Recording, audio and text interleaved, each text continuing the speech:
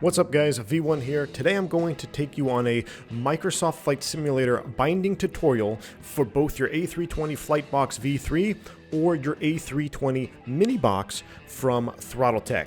Now I'm going to be binding this aircraft in Microsoft Flight Simulator using the Fenix A320.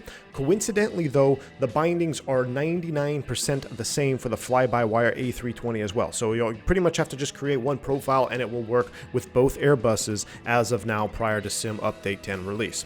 Very important, however, before you watch my video, you need to click on the link in the description to watch the Microsoft Calibration tutorial from Roberto over at Throttletek himself. This tutorial based on binding that throttle that's already been calibrated, so make sure you do watch the 2-minute video that Roberto has put out about calibration for both the FlightBox V3 or the mini box. Once you've watched that video, come back here and we're going to get started in Microsoft and show you how to set the proper bindings and buttons to get your airplane up and flying in the next 15 minutes. Alright guys, so now that we are in the sim, I'm going to go over the bindings that you need to have set in order for your Throttletek to be bound to the Fenix A320. Now, keep in mind that a lot of these bindings are going to be exactly the same for the fly-by-wire 320 as well, but I would suggest making multiple profiles, and I'll show you how to do that here. So first things first, we're going to go into the controls options here,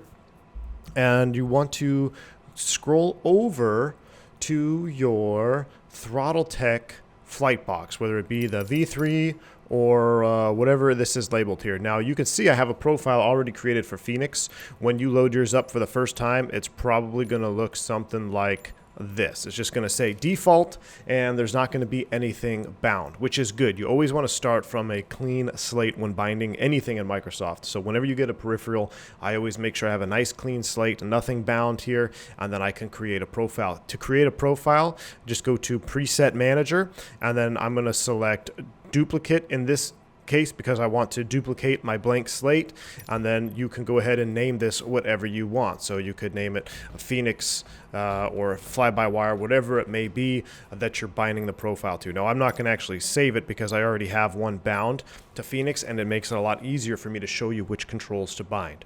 So once you start fresh with a new profile, new preset ready to go, the first thing we're going to look at binding is under the Power Management tab. One quick note here before I continue binding.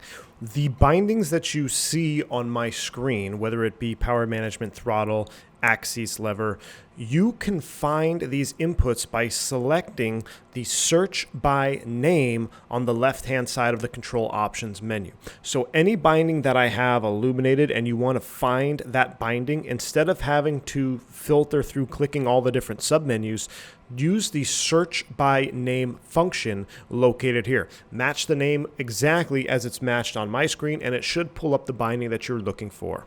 Obviously, under Power Management, the two items that we need to have bound are thrust levers and thrust lever axes. Now, because the Fenix uses a same axis for reverse thrust, you want to make sure that you have the calibration done correctly in the MCDU as well, which I will get to after we bind these axes.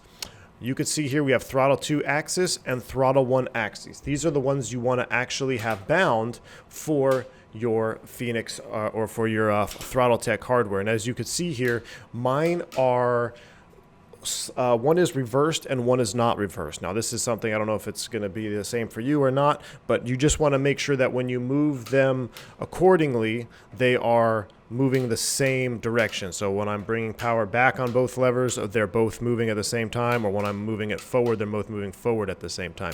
Now when you come to the idle detent, you're probably going to have a little bit of an idle stop here. That's because it's waiting for you to go into the reverse detent or the reverse axis. You can see I have a little bit of noise here on my left throttle, but because you can add a small little null zone in the MCDU, that's not going to be a problem at all. The major point here is you want to have joystick left axis and joystick left axis both for X and Y bound, and make sure, in my case, I have number 2 is reversed.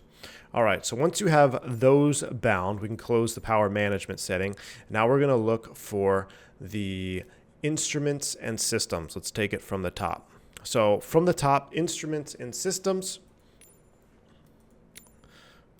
these are how we are going to start and use the engine start switches down here. So let's start with the ignition master switch here. So in the neutral position, you want to have bound set engine norm mode.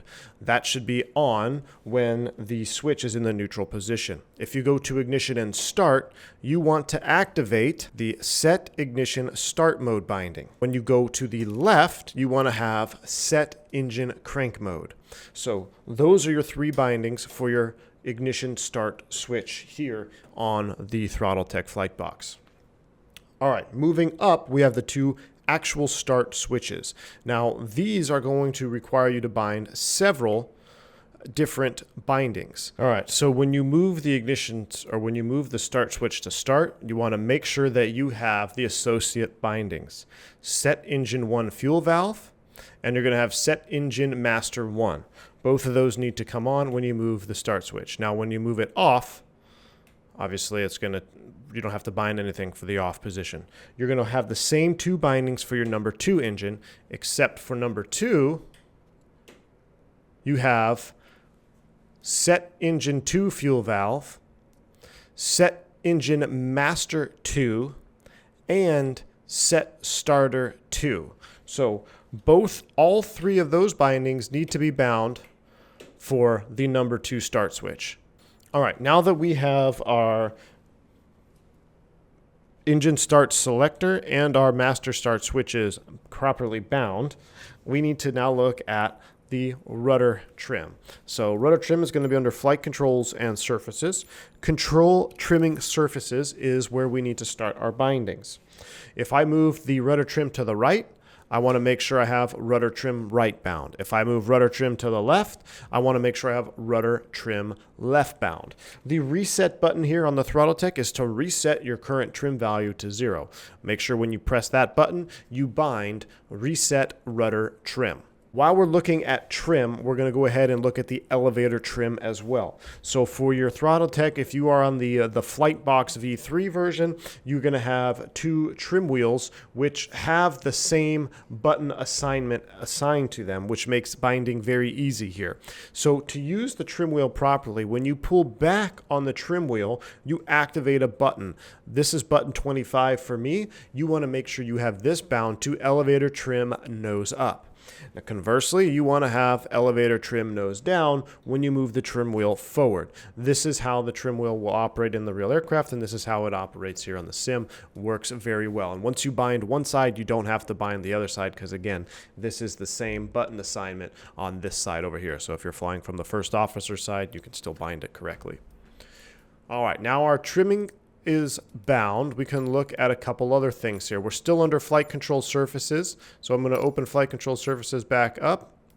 We're not doing any more trim, so let's close trim. Under secondary flight control surfaces, we need to look at the spoiler axes. So here we have our spoiler lever, which is calibrated now, and it shows us where the position of the spoilers are. For me, I need to have reverse axis assigned so it operates correctly with respect to the aircraft, and you want to make sure you have this bound to the command spoiler axis as indicated here. With spoiler axis bound, the best way I've found to having the spoiler arming function, since it does not pull up, but it toggles a push button down, to arm the spoilers, make sure you set the toggle arm spoiler command to your push down of the spoiler lever, which for me is button 16. For you, it might be something different. But when you push the spoiler down, you want to make sure that that command is toggle arm spoilers. Now, again, if you're going to have to push this down to activate the spoiler axes, but when this lever comes forward, it pops up and the button releases on the toggle arm spoiler command. So we'll talk about the calibration and the null zone of that in the McDo here in a minute. But those are the bindings you need for the spoilers. Flaps, same thing. Make sure you find the flap axis command. For me, I need to have reverse axis ticked, and you can just have your flap axis here. Now, if it doesn't move exactly 100% in this calibration thing here within the sim, that's totally okay, because we're going to configure this flap axis and the detent position inside the MCDU of the Fenix anyway. The big takeaway here is we just want to make sure we have the proper flap axis selected from the Microsoft Control Options window. All right, now we've done all of our trim, we've done our spoilers, we've done our flaps. Last couple things we need to bind here for our flight box are the brakes. This one's pretty easy. To make sure you set the parking brake, when you move the parking brake lever to on or stop on, you want to activate the set parking brake command. That is for me, button 15. Again, it could be something different for you. But when you release the brakes, the button comes off. When you put the brakes on, set parking brake command is activated. Moving right along here, the last binding that you're going to need for your FlightBox V3 is the auto throttle disconnect. Now, this is not exactly functioning in the Fenix like it does in the real aircraft. In the real aircraft, when you press the button here on the side, or the instinctive auto thrust discommand buttons, you will disengage the auto thrust. It doesn't matter if you hit it once or twice or 3 times, it will just disconnect the auto thrust. In the Fenix, this works kind of like a toggle. If you press it once while the auto throttle is armed, it will disconnect the auto thrust correctly. If you press it again, however, it will rearm or reactivate your auto thrust. This is a sim limitation within the Fenix itself, but the binding that you want to have bound is the arm auto throttle binding. And remember, if your auto throttle or auto thrust is armed in the Airbus and you want to disconnect it or turn it off, you just simply press the auto thrust disconnect push button. Just like in the real aircraft, it is an independent button on each side, whether you're on thrust lever 1 or thrust lever 2. And they have the same button assignment. So the right side assignment is the same as the left side assignment. That is going to take care of your bindings within the simulator itself. You should have everything bound now. And once you have your profile done, make sure you save it, label it, whatever you may want it to be called. And if you're trying to find these button assignments again, remember you can always search by name. So like if you wanted to find the set start, right? So set start, I look here, there we go, set starter 2 is selected. Now, for some reason, I don't have set starter 1 bound on my number 1 thrust lever. It doesn't seem to affect the airplane at all. I'm just showing you my exact bindings that I have, and it seems to work just fine. So those are the bindings. Make sure you search by name if you're looking for the ones that I have. That's all you should have bound in your new preset manager. So once you do that, go back and save it.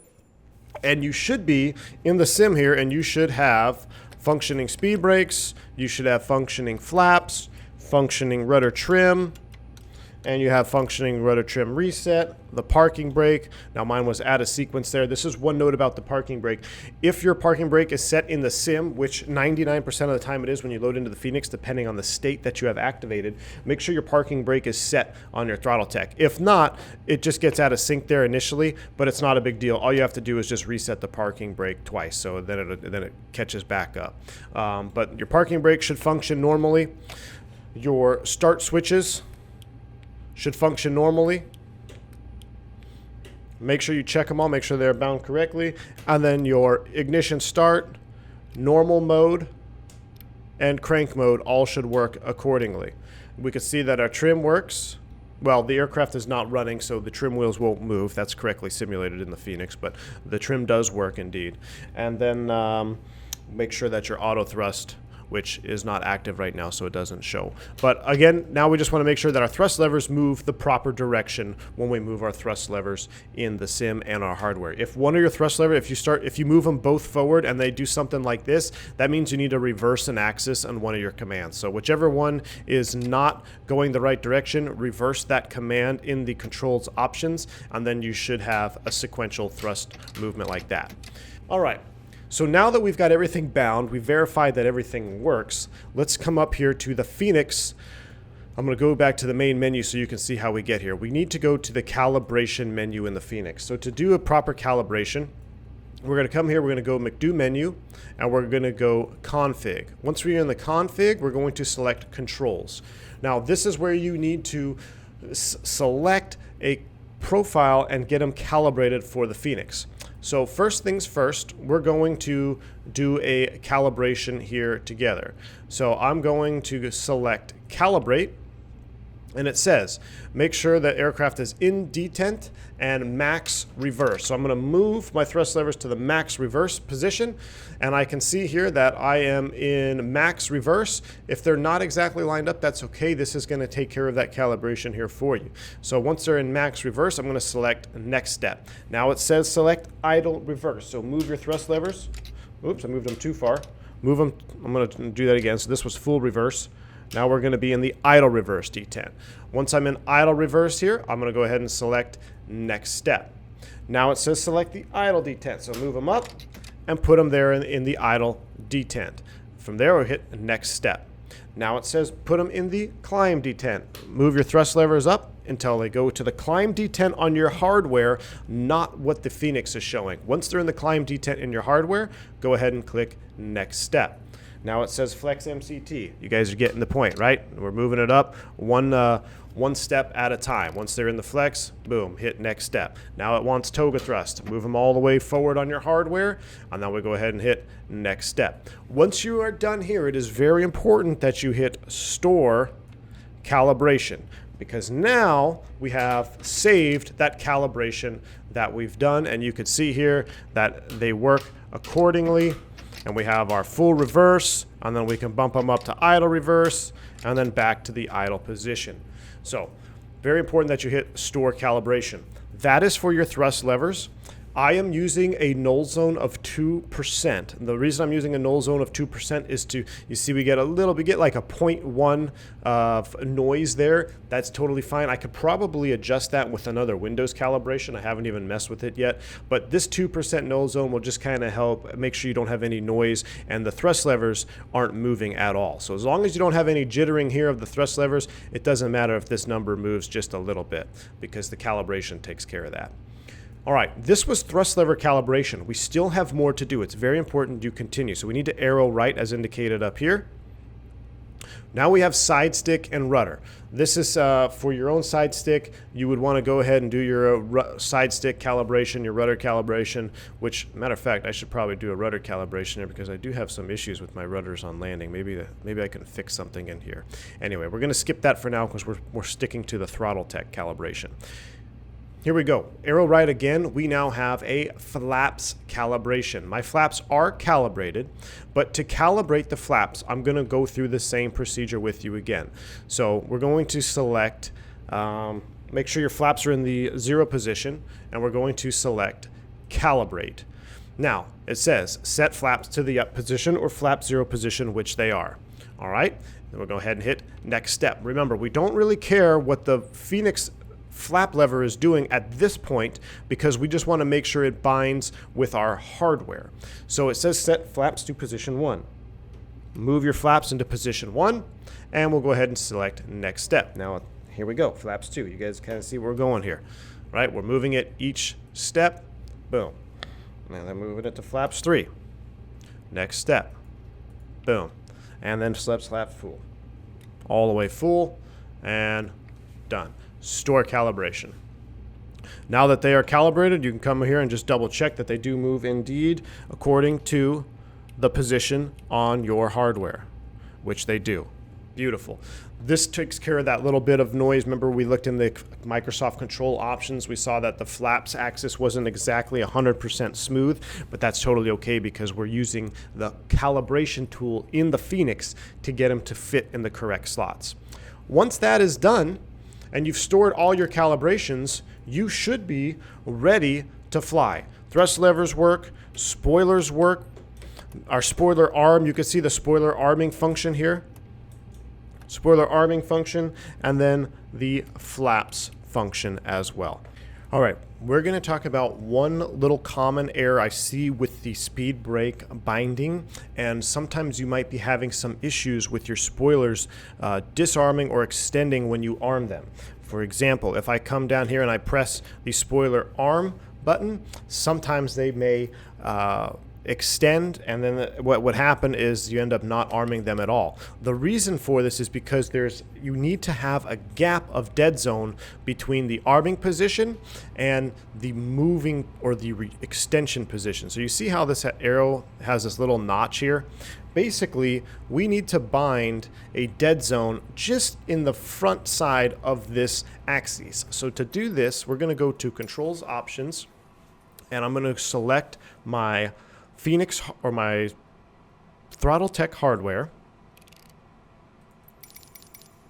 Once I get my Throttletek hardware, I'm going to go to the sensitivity options. As you can see here, I have no curves or anything set up here in the Microsoft calibration because we did all of this through the MCDU. The one calibration that we're going to adjust in the menu itself is the spoilers. So if you look at my spoiler axes here, when I wiggle this axis a little bit on my hardware, you see how my dot up here moves? Okay, because it's registering that as an axis. That's normal. What we need to do is make sure we have a dead zone there so it doesn't trigger extension or retraction of the speed brake. So when I come down here and I arm this, if I arm the speed brake, see how it jumped just a tad every time you arm it? Well, not every time, but sometimes if you just hit it wrong, you could accidentally move it a little bit, and what would happen is it would disarm your speed brake.